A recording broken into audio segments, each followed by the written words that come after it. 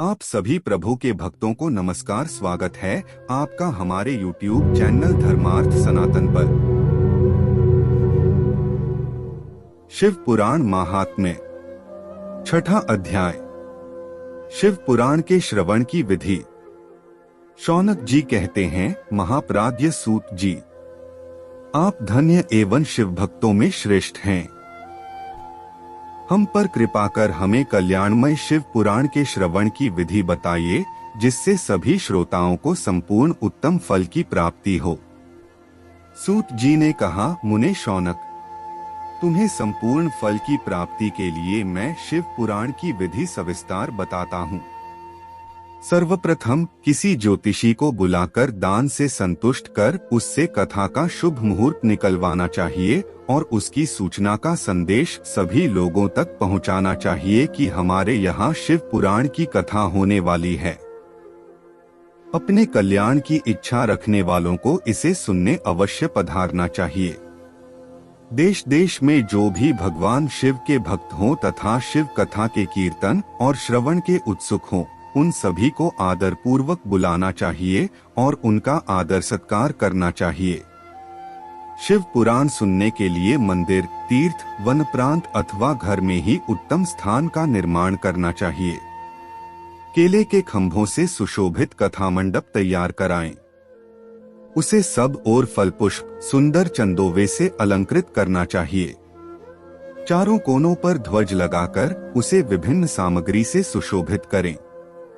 भगवान शंकर के लिए भक्तिपूर्वक दिव्य आसन का निर्माण करना चाहिए तथा कथा वाचक के लिए भी दिव्य आसन का निर्माण करना चाहिए। नियम पूर्वक कथा सुनने वालों के लिए भी सुयोग्य आसन की व्यवस्था करें तथा अन्य लोगों के बैठने की भी व्यवस्था करें। कथा बांचने वाले विद्वान के प्रति कभी बुरी भावना न रखें। संसार में जन्म तथा गुणों के कारण बहुत से गुरु होते हैं, परंतु उन सब में पुराणों का ज्ञाता ही परम गुरु माना जाता है। पुराणवेत्ता पवित्र, शांत, साधु, ईर्ष्या पर विजय प्राप्त करने वाला और दयालु होना चाहिए। ऐसे गुणी मनुष्य को इस पुण्यमय कथा को बांचना चाहिए। सूर्योदय से 3:30 पहर तक इसे बांचने का उपयुक्त समय है। मध्याह्न काल में 2 घड़ी तक कथा बंद रखनी चाहिए ताकि लोग मलमूत्र का त्याग कर सकें। जिस दिन से कथा शुरू हो रही है उससे 1 दिन पहले व्रत ग्रहण करें। कथा के दिनों में प्रातः काल का नित्य कर्म संक्षेप में कर लेना चाहिए।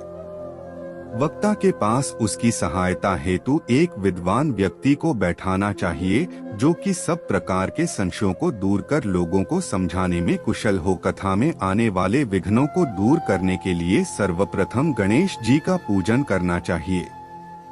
भगवान शिव व शिव पुराण की भक्तिभाव से पूजा करें। तत्पश्चात श्रोता तन मन से शुद्ध होकर आदर पूर्वक शिव पुराण की कथा सुने। जो वक्ता और श्रोता अनेक प्रकार के कर्मों से भटक रहे हों, काम आदि 6 विकारों से युक्त हों, वे पुण्य के भागी नहीं हो सकते। जो मनुष्य अपनी सभी चिंताओं को भूलकर कथा में मन लगाते हैं, उन शुद्ध बुद्धि मनुष्यों को उत्तम फल की प्राप्ति होती है।